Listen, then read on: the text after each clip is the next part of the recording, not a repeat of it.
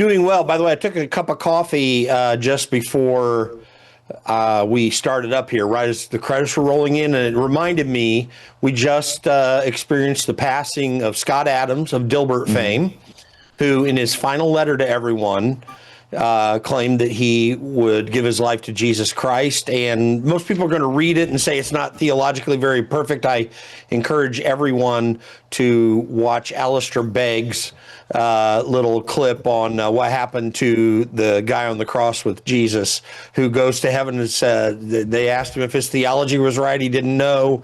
Anyway, I just want to say that was a very encouraging thing to see. And I just wanted to kind of honor the memory of Scott Adams, who's actually, even in his non-Christian phase, was very, very beneficial to what was going on in the United States. And we should always honor people like that. Yeah, he's definitely seemed to have a big impact on a lot of people.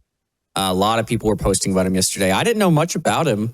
Be honest, I asked my dad. He's like, yeah, the comics were huge. His Dilbert comics. Oh, but before you, sorry, Logan, I'm not trying to make you out to be really tiny baby or anything, because you're not. You're a man.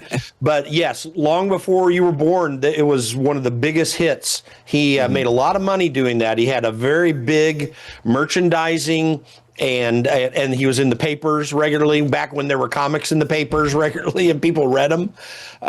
It was a big impact on American society, and it kind of showed some of the absurdities that happen in the corporate environment. And it was actually a very healthy discussion and insight into what can really go weird in society, how things can go wrong. So how employee-employer relationships, how to manage better, how to convince people of things. And then when he got canceled because he pushed back on the COVID thing, he went right to writing books and sharing his knowledge. And I actually would encourage people to read his books. I have them on my shelf back here. I'll just show you one that I think people should read, how to fail at almost everything and still win big. I think this is a great book that everyone should read. The guy, for most of his life, for Christians watching today, he wasn't a believer for most of his life, but he was in the stream of the American ideal, which is a Judeo-Christian ethic. And he did believe in basic morality for most of his life, but Christians were just flooding his various social media outlets, X and Rumble and other places he was, and telling him, okay, you're dying, so come to Jesus. And he claimed he did in his final letter. You can find a final post that someone put up for him after he died. And very encouraging and interesting life, and lots of good life lessons and good insight to what was going on here in the United States. So anyway, I went real long there, but I just wanted to honor what I thought was a pretty good man, and now someone we'll meet on the other side of glory. Yep. Well, in news, we have Denmark and Greenland officials arrive at the White House to meet with JD Vance and Marco Rubio. And this has been a big talk today, as President Trump has put out a statement about it as well. I won't read the whole thing, but he's claiming that, as he's been saying, it is a national security issue. It is vital for the Golden Dome, and that if we don't have it, then Russia or China will attempt to overtake it. And he was also asked yesterday about it, and saying certain people in Denmark or Greenland's government are saying no. And he's saying, well, that won't turn out well for them. So we'll see where this goes. I really find it interesting, the people in Denmark, even Greenland and the EU having some pushback on this. It is not without precedent for the United States to have a significant and purposeful presence in Greenland. It was important during World War II. It was very important during the Cold War. We had an important air base there. And so this is nothing new or weird or strange. Donald Trump's doing his art of the deal thing again, masterfully, I believe. I think one little side note, I think it's very awesome to watch JD Vance and Marco Rubio learning from the master when it comes to making deals. And that's actually a really huge benefit for the American future, because both of those guys, I think, are going to have a big impact on our politics when Donald Trump is off the scene. So the timing's really good. And this Greenland thing is giving you one instance where you're seeing how well that's developing. Listen, we are resetting with the EU in a way that is absolutely necessary. You've got a region of the world that, I think fairly, we can say that every concept of liberty and freedom that we honor in the United States today began its ruminations and its stirrings in Europe, which adopted much of those ideas of freedom, particularly after the United States experiment began, where we really consolidated it into something useful and frankly into a concept that no one believed could work. No one thought a republic the size of the United States could ever continue to survive, but it has. And so I think this is a good and healthy reset because Europe has gone off the rails. The people that are being thrown in prison for just what they said. Keir Starmer, by the way, Eva van Landenbroek, who's either a current or former Dutch MP, she spoke out against Keir Starmer for some of the comments that he was making about people and their free speech rights. And 3 days later, they banned her from going to Great Britain. Like, you know, the Netherlands and Great Britain have a very close relationship for centuries. This is really amazing what's taking place. And Donald Trump is going to do the best job that can possibly be done to reset this and hopefully urge Europe to get back on track, because there are plenty of people in Europe who would like to see that happen. Yep. And we'll see what comes of these meetings today as more news will be coming out. But in other news, President Trump was speaking yesterday at the Ford complex in Dearborn, Michigan. And another topic that's been big in the news is obviously Minnesota, but also any other sanctuary city or state. And he had this to say yesterday. We're giving 90-day notices to places like California, Scott. Right away, we're going to send out that notice. Who would bill the federal government as people poured into the state to send those people back, because no country can afford to do it. No country can afford to take in millions of people, pay for their education, their health care, their hospitals. You just can't do it.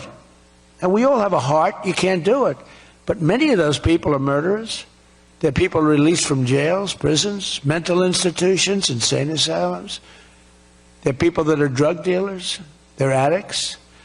Additionally, starting February 1st, we're not making any payments to sanctuary cities or states having sanctuary cities, because they do everything possible to protect criminals at the expense of American citizens, and it breeds fraud and crime and all of the other problems that come. So we're not making any payment to anybody that supports sanctuary cities.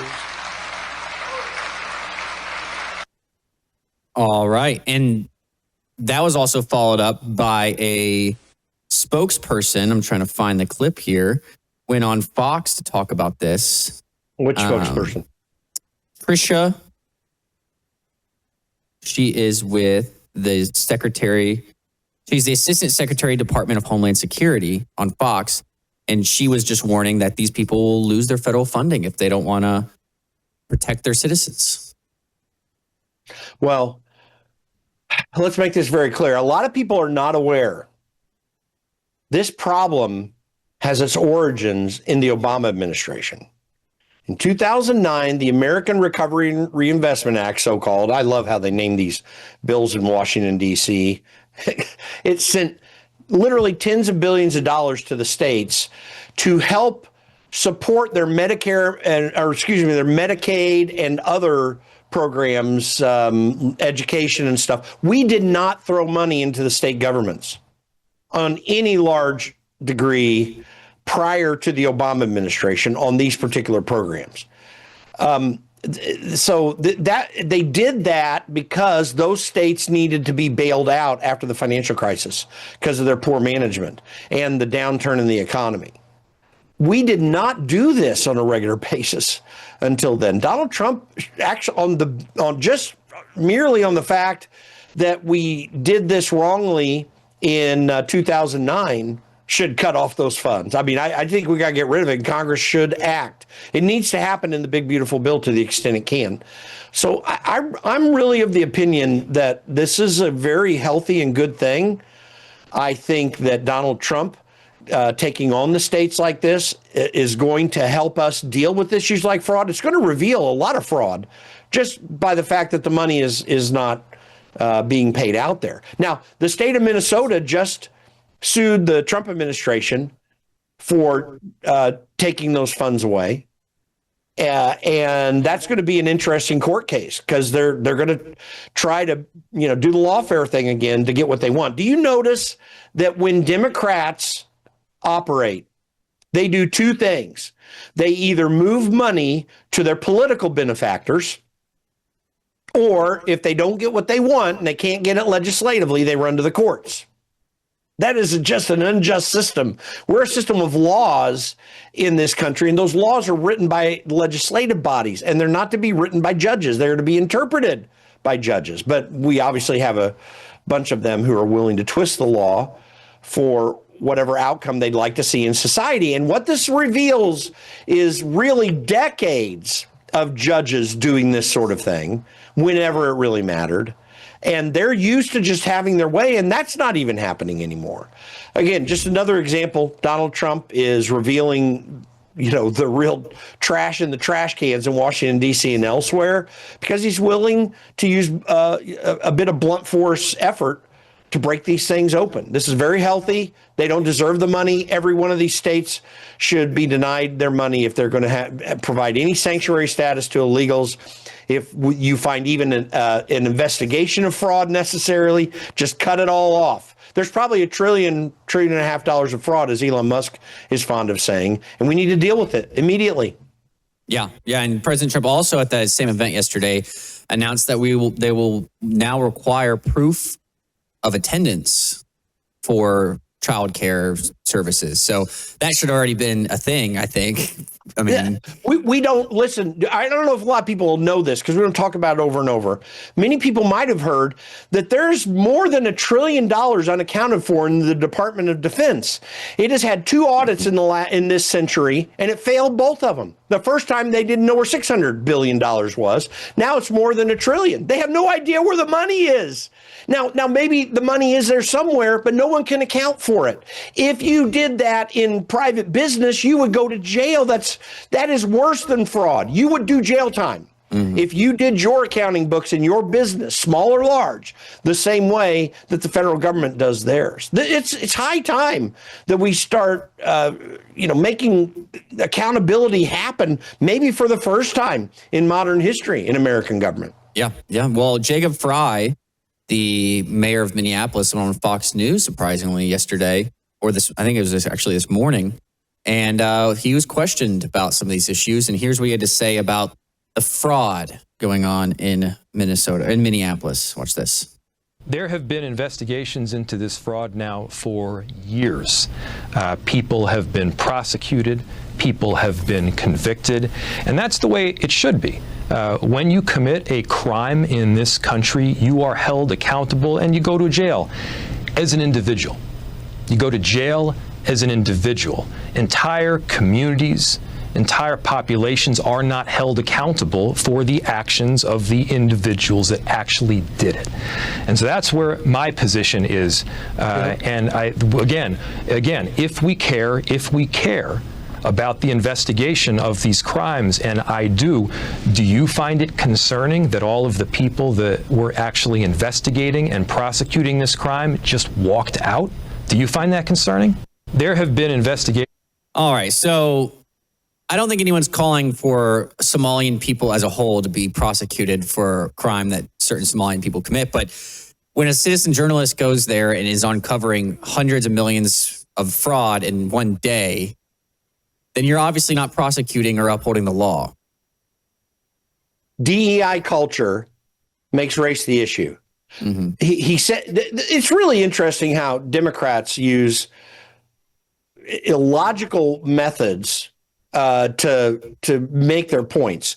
They are guilty of a logical fallacy called equivocation. They change the meanings of the terms in the middle of the debate. So there's no doubt that only individuals should be prosecuted for crimes that they commit. And that's exactly what's happening right now. It just so happens that it's not targeting a community. It's just a particular community that happens to be filled with, I think the number is 85 to 90% of the individuals who are committing fraud. So you don't stop the investigations and pretend that they're going after a community when the sum total of individuals are almost solely from that community.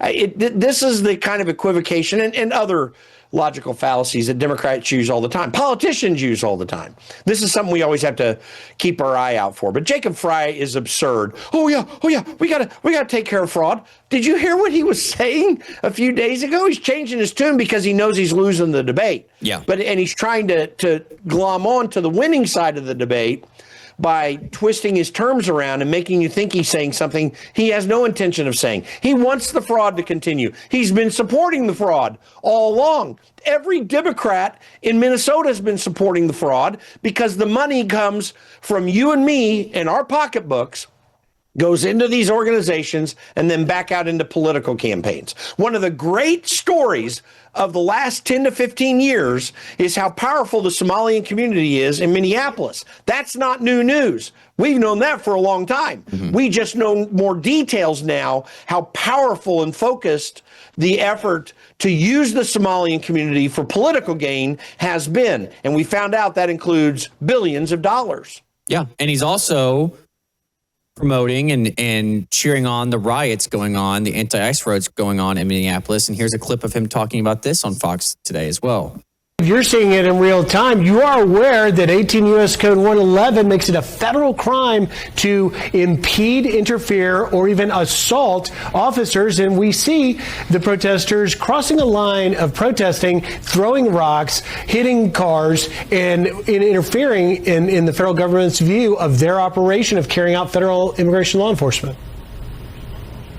We have had perhaps tens of thousands of people peacefully protesting in the streets. And at the same time, yeah, they are going to stand up for their neighbors. And You're seeing it in real. All right. So they're going to stand up for their neighbors. So these people who are throwing rocks and trying to restrict ICE from doing their job are just standing up for their neighbors. And then when one dies for doing that, then it's ICE's fault. Well, again, just logical inconsistency, clouded language intended to mean something that it doesn't actually say. Yes, there have been thousands of people who peacefully protest. No, the protests are not peaceful overall because you have large crowds of them who are committing violence. And by the way, I don't even believe his claim that tens of thousands are protesting. The protests that I see, and of course I don't see them all. I'm not saying that they're all of this nature, but nearly every one of them is violent in the whole. I'm not talking about a small group out of the crowd that were committing violent acts. I'm talking about the entire crowd committing violent acts. That's the video that we see, and I cannot point. I'm not saying it's not out there, but I can't point to one video that shows peaceful protesters just saying, "Hey, we're concerned about this." And when I say peaceful, there are two things I mean by that. The first thing I mean is without any violence at all. You know, beating on cars and harming officers and whatever. So that there's that kind of a violent protest. But it is also an unlawful and violent protest to block streets. You do not have the right or authority to block streets. That is not a First Amendment right at all. Now, you can use that, I guess, if you want to, but don't pretend like it is a First Amendment right issue. It's not. You're abridging your First Amendment rights by doing that. So that's the sum total of the protests that I see. And those are the ones that are happening not just in Minnesota, but happened last year after the LA riots and all the No Kings riots. And yeah, you had some peaceful protests there. Fine. I have no problem with that. But you have a lot of violence that goes on with these efforts. And Jacob Frey doesn't want to admit that. He wants to characterize it like this is all peaceful protests. And it's not. Then they keep characterizing the lady, Ms. Good, who got killed in that incident in Minneapolis. They keep trying to make her out as just some mother that was on her way to pick up her children, and she's not. Yeah. We have video evidence of the fact that she was being disruptive and harmful to the sworn duties of ICE agents who were fulfilling their requirements under the law. Yeah, and there's so many people out there parroting that There's video proof that she wasn't trying to. There's people who are saying she was just trying to get home, and unfortunately, she wasn't able to. I see NBA coaches talking about this. Yeah, I'm like, the two NBA coaches you have are Doc Rivers. What did I just forget? Doc Rivers and Steve Kerr. And they have mostly Steve Kerr. Of course, Steve Kerr's got to be a leftist in San Francisco where he coaches, because if you're, and he probably honestly is, but you also have to be because you don't want to get killed, right? Steve Kerr's been spouting leftist claptrap for years now. It's absurd. And he doesn't know you're a freaking NBA coach, so just shut up. Yeah. Go do your NBA job. You don't know anything of what you're talking about. I mean, it'd be one thing if he had an opinion and he was thinking through certain things. He's not even. He's just spouting someone's line. If that's all you're going to do, then shut up. Get off the stage. We don't need to hear from you. If you have an opinion where you've engaged with the issue and know what's going on, okay, I guess you can share that. But Steve Kerr doesn't even know what's going on. He just says what everyone else is telling him happened. And Doc Rivers really made himself look like a fool more than he usually ever does. And that statement was idiocy too. Yeah. Well, we got to go to break. We'll be right back with more news in just a moment. Life is too short to spend a single moment spinning in laundry worries. Take a load off your mind with the all-new Norwex Powerzyme laundry detergent. This natural detergent harnesses the power of enzymes and plant-based surfactants to leave fabrics fresh and clean without fillers, brighteners, synthetic fragrances, bleach, or harsh chemicals. So go ahead, have your cake and eat it too. More than ever, stressful stains have met their match. Powerzyme's fast-acting enzymes break down organic substances while natural surfactants loosen locked-in dirt and oil, removing residue, stains, and odors with ease. With 91% bio-based ingredients, this dermatologist-tested hypoallergenic formula is suitable for sensitive skin types and delivers a safe and effective clean that won't harm you or the planet's waterways. Less time spent worrying about laundry means you can focus on what truly matters. Norwex Powerzyme Laundry Detergent. Discover the power of nature and load up on confidence. All right, welcome back from the break. Jim, we got a few minutes here. We got to try to squeeze in a few things, but we have the situation in Iran still unfolding. And I also want to get to the Supreme Court hearing on trans in sports. But first, let's go to President Trump yesterday. I guess he had an interview with CBS after his speech at the Ford plant. And here's what he had to say about the current situation in Iran. Americans woke up this morning and they saw that you said help is on the way. Yeah. What do you mean by that? Well, there's a lot of help on the way, and in different forms, including economic help from our standpoint, and not going to help Iran very much. And, we put Iran out of business with their nuclear capacity, and now, depending on what's actually happening, nobody's been able to give us accurate numbers about how many people they've killed. Well, on that point, it looks Mr. like President, it could be a pretty substantial number, and that's going to be a lot of problems for them. a lot of problems. On that point, you did say the U.S. would get involved if Iran started killing protesters. Yeah. They have, by the many thousands, according to reports. Well, we'll see what that is. I've heard two numbers, but we'll see what that is. Well, now we're hearing that they're going to start hanging protesters tomorrow. So it comes back to the question, have they crossed your red line, or has the line moved? I haven't heard about the hanging. If they hang them, you're going to see some things that I don't know what where you come from and what your thought process is, but you'll perhaps be very happy. What do you mean by that? We will take very strong action. If they do such a thing, we will take very strong action. And this strong action you're talking about, what's the end game? The end game is to win. I like winning. How do you define that in Iran? Well, let's define it in Venezuela. Let's define it with al-Baghdadi. He was wiped out. Let's define it with Soleimani. And let's define it in Iran, where he wiped out their Iran nuclear threat in a period of about 15 minutes once the B-2s got there. And that was a complete obliteration, as it turns out, which is what I said initially. Then some questioned it, and they said, Trump was right. So we've been right about everything. We don't want to see what's happening in Iran happen. And, if they want to have protests, that's one thing. When they start killing thousands of people, and now you're telling me about hanging, we'll see how that works out for them. It's not going to work out good. All right, Jim. So that was last night, and then he was interviewed before getting on the plane to go back to the White House, that he was going to go straight to the White House and have meetings about Iran and get real numbers on what's going on and figure out what is the actual report coming out of there. And still going on today. Yep, it's still unfolding. I mean, you and I know about as much as we've already just laid out here, but I will tell you this, Donald Trump is serious. Look at what he did with Soleimani. You can agree with it or disagree with it. I can tell you this, if he decides to do something, they know where the Ayatollah is and he will be toast. He will be history. They know exactly where the guy is, and there'll be a precision weapon come on him. Whether Donald Trump ought to do that or not, at this stage, that's what's going to end up happening. I will say we should be standing with the people of Iran that are trying to break the stranglehold of this horrible regime. We should not be doing regime change wars. We should not be starting wars. And, you know, it could be considered a war act potentially. So that's my concern. But I have no concern about Donald Trump's resolve and the purposes that he has in regards to this. I would, and I don't think he will, but I would be very cautious to draw a clear red line and then not do something after you've said that. That's a problem. But Donald Trump doesn't seem to have that problem like Barack Obama did.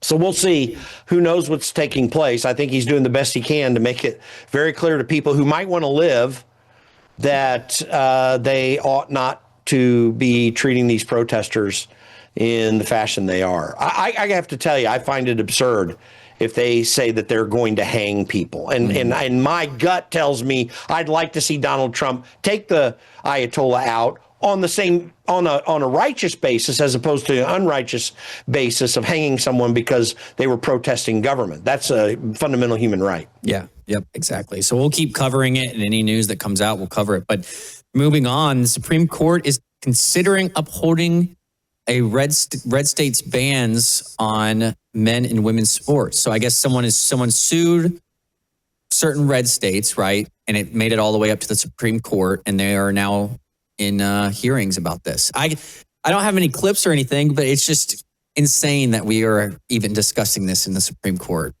I mean, everyone should listen to Ketanji Brown Jackson's clip from the arguments in the Supreme Court yesterday. It's the most, again, once again, absurd. There is no reason anywhere for men dressed like women to operate in women's sports. Women don't. One of the fundamental proofs, although there are better proofs than just this one, but one of the fundamental proofs that men ought not to be in women's sports is women couldn't do the same thing in the men's sports. Like, it just couldn't happen. Women can't compete in men's sports. If a woman decided she was trans and wanted to pretend like she was a man and get involved in men's sports, rare are the opportunities for any woman to be able to have any dominant place in that effort. But men on a regular basis can be at the very low caste of the male contingent in the sport that they're in and come into women's sports and have a chance to dominate. And that's the whole Riley Gaines story. So listen, the absurdity of the fact, and the evil, by the way, of the fact that we twist language so much that we won't define clearly what a woman is and what a man is, when we can also do that. It is indisputable what the differences between a man and a woman are. Indisputable. Like, you can't even pretend like there are no differences. You have to have sex changes to make someone who says they feel like a woman become a woman. You have to perform surgery. I mean, please, the absurdity of this argument has been clear forever. You don't have to even have a Christian perspective to know how stupid this argument is. There are even atheists that are out there arguing against this. So it's about time we shut this down clearly and legally. The way that they created out of whole cloth and out of thin air homosexual marriage out of the Supreme Court, we need to do just the opposite and shut this down in this court and in my opinion, overturn the other. Yep, and I wish we had time to play some clips. I guess Ketanji Brown Jackson was arguing that trans women are women, and she's on the side of not upholding the ban, right? So it's absurd that we have someone of her lack of intellectual skill on the U.S. Supreme Court, but only Joe Biden, who had even worse problems, could do that. Yep. Yeah. Well, we're all out of time for today. Maybe we'll play some more of that coming out of the Supreme Court tomorrow. Until then, take care. You're watching Worldview 2. built on the 35 years of Worldview books, documentaries, research, high-profile interviews, and the radio and television broadcasts of Brannon House. True beauty isn't applied. It's nourished from within. Bella Grace Elixir, a luxurious, scientifically crafted blend designed to restore radiance, vitality, and strength at a cellular level. At the heart of Bella Grace Elixir lies Cat's Claw, a powerful herb from the Amazon known for its ability to control inflammation and protect collagen. With Verisaw collagen peptides, it goes beyond the surface, stimulating your body's natural collagen production to reduce fine lines, improve skin elasticity, and promote real, visible change. Bella Grace Elixir doesn't stop at collagen. It includes astaxanthin, one of nature's most powerful antioxidants. 6,000 times stronger than vitamin C, astaxanthin protects your skin from harmful UV rays and environmental stress, while locking in hydration and promoting a radiant, youthful glow. Experience the power of nature with Bella Grace Elixir at melissahousebg.com. Discover the science behind Bella Grace Elixir at melissahousebg.com. Read powerful testimonials from doctors and real customers who've experienced life-changing results, and explore other wellness products from Bella Grace. Bella Grace Elixir is more than just a product. It's a solution. Visit melissahousebg.com today.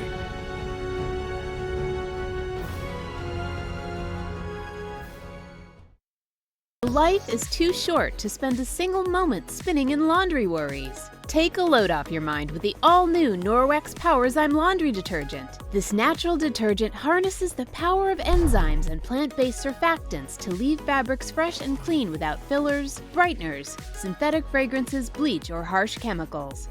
So go ahead, have your cake and eat it too.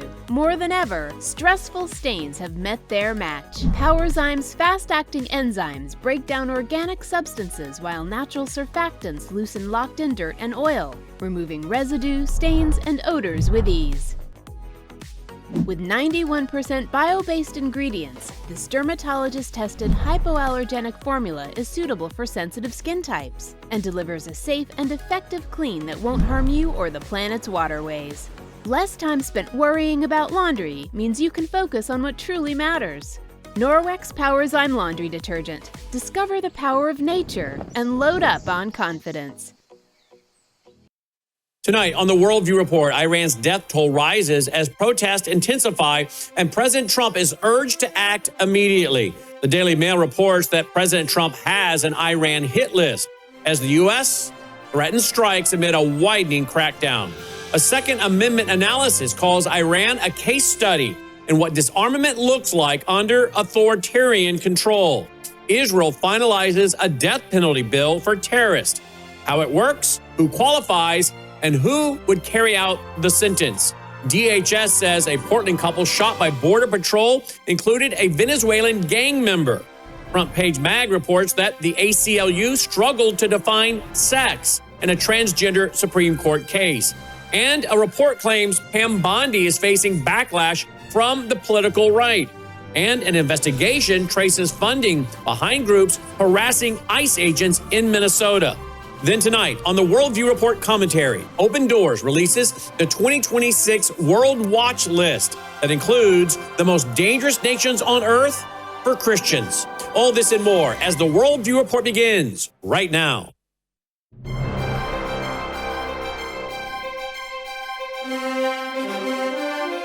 This is Worldview Report with host Brannon House. Whether it is news from the nation's capital or your state capital, from the classroom to the boardroom, from national security to national and local news that impacts you and your family, Worldview Report is your trusted source for vital and uncensored news.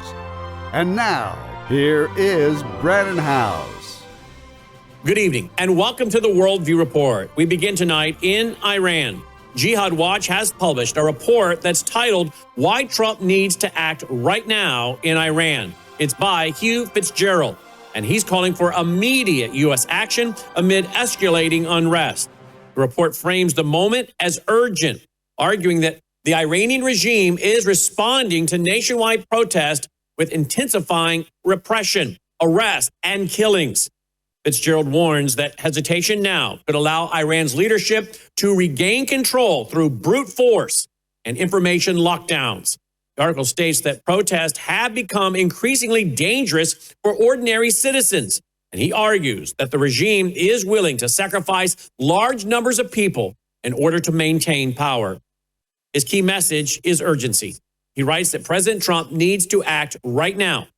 The report also connects domestic unrest in Iran with the regime's track record abroad, pointing to the Islamic Republic's hostility toward the U.S., toward Israel, and Western interest. Fitzgerald's reporting comes as multiple outlets describe Iran's unrest as one of the most serious challenges to the regime in years. In other coverage, President Trump has publicly addressed the protesters and made statements interpreted as warning Tehran of consequences if violence continues. The central issue is whether Iran's uprising represents a temporary wave of unrest or a historic turning point. Fitzgerald argues it is the latter, and that the window for decisive action could close quickly. A major report tonight from the United Kingdom. It is focusing attention on what U.S. military action against Iran could look like. The Daily Mail published a story titled Trump's Iran Hit List. It described a map of possible targets and stating that the United States is threatening strikes amid a rising death toll. CBS News is even reporting that the number could be high now as 20,000. The article outlines categories of potential targets, including Iranian regime infrastructure and military-linked sites. While the Daily Mail report is framed in part as a scenario-based report, it does describe escalating tension and planning conversations occurring as mass unrest spreads across Iran. And as Iran's government, well, they have a crackdown that is intensifying. The report, its focus is important because it signals two realities. One, that the U.S. wants Iran to believe military options are active. And two, the U.S., they want allies and adversaries to understand that escalation is on the table. Related coverage in major international outlets indicates that the Trump administration has issued warnings to Tehran to restrain from executions, hangings, and mass killings. In reporting from the Financial Times, President Trump warned Iran, quote, show humanity, end quote, and said the U.S. could, quote, take very strong action, end quote, if the regime escalates violence any further. The broader significance here is that a strike list story is not just about military targets. It's about deterrence. Question is, will Tehran be deterred? We are now receiving reports that military personnel in the Middle East are being moved around because Tehran is threatening U.S. assets in the region if attacked. If Tehran believes the U.S. will not strike, well, the crackdown may actually intensify. So again, Fitzgerald and others are warning, action needs to happen now or there will be no protesters left to assist with the revolution on the ground. Next tonight, an analysis piece linking Iran's unrest to the broader question of state power and civilian vulnerability. Bearing Arms published an article that was titled Iran, Case Study and Where Disarmament Leads. It's written by Tom Knighton.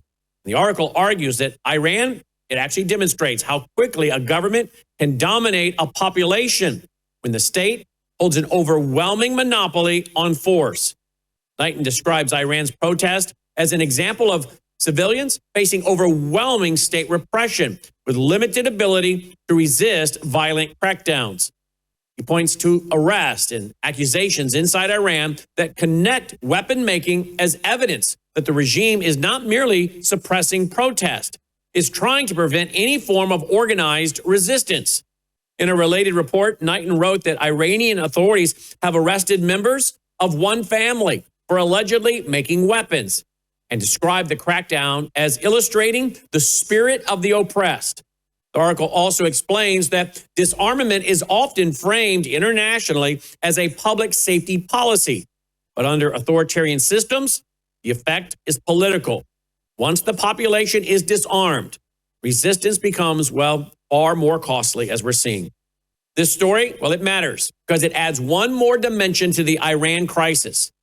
Beyond foreign policy and protest, it raises questions about civil liberties, self-defense, and what it looks like when a government answers dissent, free speech, freedom of religion, freedom of conscience with lethal force and mass murder.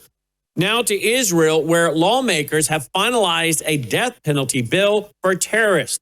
This is one of the largest changes to terrorism-related sentencing in modern Israeli history. All Israel News reports that the bill has been finalized, along with details about how the law would work, who qualifies, and who would carry out the sentence. The proposal is aimed at terrorists convicted of the most severe crimes, especially mass murder attacks. And it is built around Israel's view that life sentences are increasingly ineffective as deterrents due to reoccurring hostage and prisoner exchange deals. If the terrorists aren't alive, then they cannot be exchanged. If the terrorists are not alive, then Israelis are not a, well, high value target for kidnapping to then use to exchange for the terrorist. In an official Knesset explanation that's connected to the legislation, Israeli lawmakers, they state this, quote, experience shows that this penalty does not deter terrorists, end quote. The Knesset also notes that terrorists may assume that their imprisonment will be reduced. Quote, many believe that their imprisonment will be shortened, end quote, through exchange deals. And the proposal then goes on to say, quote, since the prison sentence is not a sufficient deterrent, the penalty will be death, end quote. This bill is being discussed amid continuing fallout from the October 7th Paris attacks and the ongoing security crisis. Supporters, they argue that the legislation establishes consequences that match the scale of atrocities that are committed. Opponents, they argue it will provoke global condemnation and further escalate tensions. International organizations, they have already raised objections. A legal report highlighted that the UN is urging Israel to abandon the proposal, describing it as a serious human rights issue. I would urge Israel to ignore the United Nations, which is loaded up with anti-Semites, pro-Islamist, pro-communist. Ignore them. It's the right thing to do. It is a Romans 13 issue. The government does not bear the sword in vain. You take a life, they should use capital punishment. It will be a deterrent. We should not, in America or in Israel, be negotiating with terrorists. Now to the United States. According to AMAC Newsline, the Department of Homeland Security identified a man involved in a Portland incident with Border Patrol, and he was identified as a Venezuelan gang member. And the article describes the woman involved as a prostitute, not his wife. The report is being circulated as part of a broader national concern. Transnational criminal organizations crossing the border and embedding into American cities. That's where they can take part in violent crime, sex trafficking, and organized operations. The AMAC report, well, it presents the case as an example of the complexity that law enforcement is facing during federal operations, especially when suspects have gang ties and they encounter escalations quickly. The story also highlights the broader challenge that's, well, being faced by DHS and Border Patrol. Arrest and enforcement actions, they often intersect with criminal networks rather than simply immigration violations. DHS has repeatedly warned that illegal migration routes, they are being exploited by organized crime groups to move people, money, and drugs. While the full criminal case details continue developing, this report is being used as a warning that violent gang activity is now directly connected to border enforcement realities inside American cities. We'll be right back after this short break. Would you like to gain access to 36 years of Christian Worldview programming, news and information, all my books, ebooks, documentaries, and more? WorldviewTube.com/vault. WorldviewTube.com/vault. Understand the times, where we've been and where we're going. WorldviewTube.com/vault. I take Bella Grace each and every day. It has 3 powerful ingredients, and it has 80 clinical trials behind it. The results for me personally and many in our viewing audience has been amazing. Check it out, melissahousebg.com, melissahousebg.com.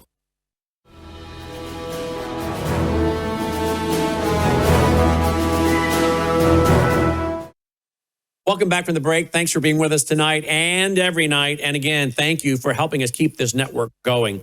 We are a listener-supported network, whether you support the sponsors that support us when you make a purchase, or whether you go to the sponsor page of our foundation, worldviewfoundation.com. It's vital that we have your support so that we have the necessary, financial tools to keep the network on the air, pushing out free programming. Remember, we could put all of this behind a paywall. A live stream, all the replays, everything could go behind a paywall. But that's where our foundation comes along and says, wait a minute, don't do that. Let us help with some of the cost of operating and production and streaming bandwidth bills to push it out for free as a ministry, as education. So if you appreciate that, we appreciate and need your support. Worldviewfoundation.com. Please never think, oh, my $10 or $20 a month doesn't matter. That is the bulk of our support. Small contributions. We're thankful for all contributions, regardless of the size. So thank you for going now to worldviewfoundation.com, worldviewfoundation.com. Don't forget, our foundation is our church, and we have a church service each and every Sunday night, 8 p.m. Central, 9 Eastern Standard, as I'm teaching now through the book of Daniel. Lesson 1 was last week. We'll be back with lesson 2 this week as we go together through this book, the book of Daniel. That's the foundation for the book of Revelation, which I just spent a year and a half teaching through. And of course, Daniel is a great book to be going through right now for many reasons, prophetically, but also, well, it encourages us on how to live in a pagan culture and often under repression, the limiting of freedom of speech, freedom of religion. That's happening all over the globe. Persecution is rising. In fact, that's in my Worldview commentary tonight. So Daniel, the book of Daniel, teaches us as believers how to respond during these times. I hope you'll join us for that Sunday night church service, 8 p.m. Central, 9 Eastern, worldviewtube.com. Please tell all your family and friends about our Sunday night church service. Thank you for doing that. Again, brought to you in part by our foundation, worldviewfoundation.com, worldviewfoundation.com. A major legal story continues at the U.S. Supreme Court, and one report argues a key question has become unavoidable. What is sex as a legal definition?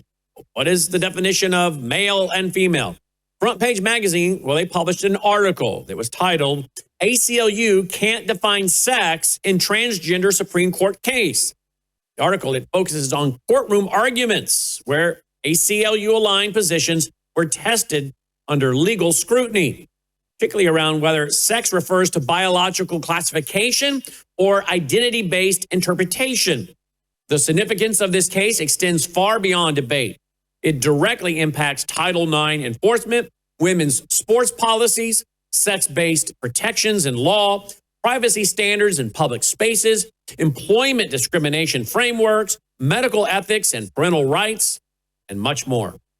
The article, it argues that legal systems cannot function if definitions become endlessly fluid.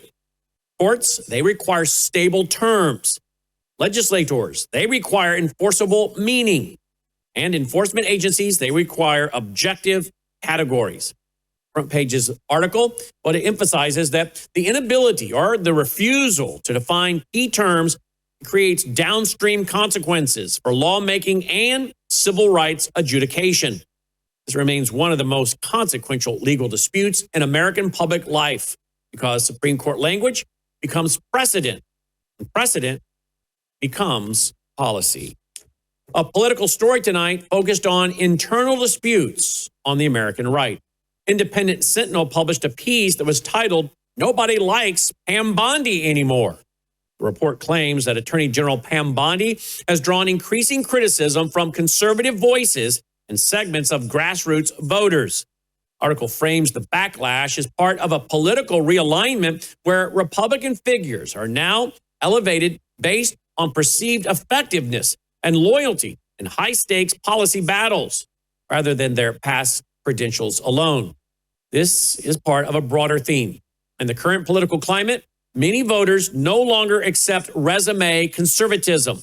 They want results, they want enforcement, and they want willingness to confront institutions and lawbreakers. The story, it reflects a wider internal tension within the movement, the MAGA movement, the America First movement, between establishment strategy and populist impatience, particularly after years of legal controversy, high-profile investigations, and major disputes around government accountability. Accountability, that right there is the key word. That's what people are looking for, accountability. They want to know that there is not a two-tiered legal system, one for the rich and powerful and one for the rest of us. They don't want to see people in high positions in government using their authority or their power for political payback, turning key institutions like the FBI into their own police power. They want to see accountability. And right now, many are saying that's not coming from Pam Bondi and her DOJ, that they've had, well, people referred for prosecution, and there's not enough happening. No indictments, no arrests of any consequence. In fact, cases that are being brought simply appear to be weak, not the best cases at the right time. What the base wants is detailed legal indictments. Bring the receipts. Bring clear, cut examples of government overreach, weaponization, and then get these people indicted. There are reports, and it's just simply rumor at this time, even President Trump himself is not happy with his attorney general.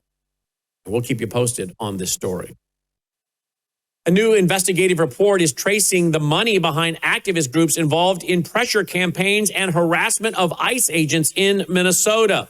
The Washington Free Beacon published a report focused on left-wing foundations and dark money networks funding groups that confront, surveil, and disrupt immigration enforcement. The article argues that these activities are not simply organic protests. Instead, it describes an organized system where funding networks allow activism to scale rapidly while insulating leadership from direct accountability. This isn't a new phenomenon. Prior Free Beacon reporting has documented direct donor involvement in controversial activism. For example, Free Beacon previously reported that California Governor Gavin Newsom helped secure $500,000 for a nonprofit tied to defund police activism that later engaged in issues connected to illegal immigrants in ICE custody. Free Beacon also notes a pattern across multiple areas in which large foundations can get considerable bang for their buck by funding activist ecosystems that shape public narrative. Whether one agrees with the activism or not, the financial structure matters because it answers a basic question. Who is paying for nationwide disruption campaigns? Well, now it is time for our nightly Worldview Report commentary. And we turn to Open Doors and the newly released 2026 World Watch List. It's reported on by the Christian Post and other outlets that are covering the data. Open Doors, they're tracking 50 countries where Christians face the most extreme persecution. And the latest numbers, they're staggering. According to the Open Doors reporting, more than 388 million Christians worldwide, about 1 in 7, face high levels of persecution and discrimination. The Open Doors report, well, it describes the World Watch List as an annual ranking of the countries where Christians face the most extreme persecution. The report also shows the violence is not evenly distributed. Christianity Today also notes that Nigeria accounted for the overwhelming majority of Christians killed for their faith in the 2026 reporting year, 3,490 out of 4,849 deaths. That's not a minor statistic. That is mass slaughter. And it's happening in our lifetime. What's also notable is the diversity of persecution systems. In some nations, persecution is driven by Islam. In others, by communist authoritarian governments. And then in others, by ethnic religious nationalism. And in many places, enforcement includes surveillance, imprisonment, and suppression of churches. This is why Christians must understand persecution is not a relic of the Roman Empire. It's current, it's active, it's organized, and sadly, it is escalating. And for Americans, the key question isn't whether persecution exists. It does. Open Doors documents this very fact clearly. The question is whether we will even pay attention long enough to care, to pray, to support, and even to prepare, because that persecution is also rising in America. The Islamists are here. The communists are here. And they have openly stated that the source of all suffering and oppression are the Christians and the capitalists, which oftentimes are one and the same. The church cannot forget the persecuted. Church cannot become comfortable. Comfortable, sadly, that, is the prelude to compromise. And we cannot be compromising on this issue. It is a vital issue and one that should be spoken about often. We should regularly be talking about, prayer,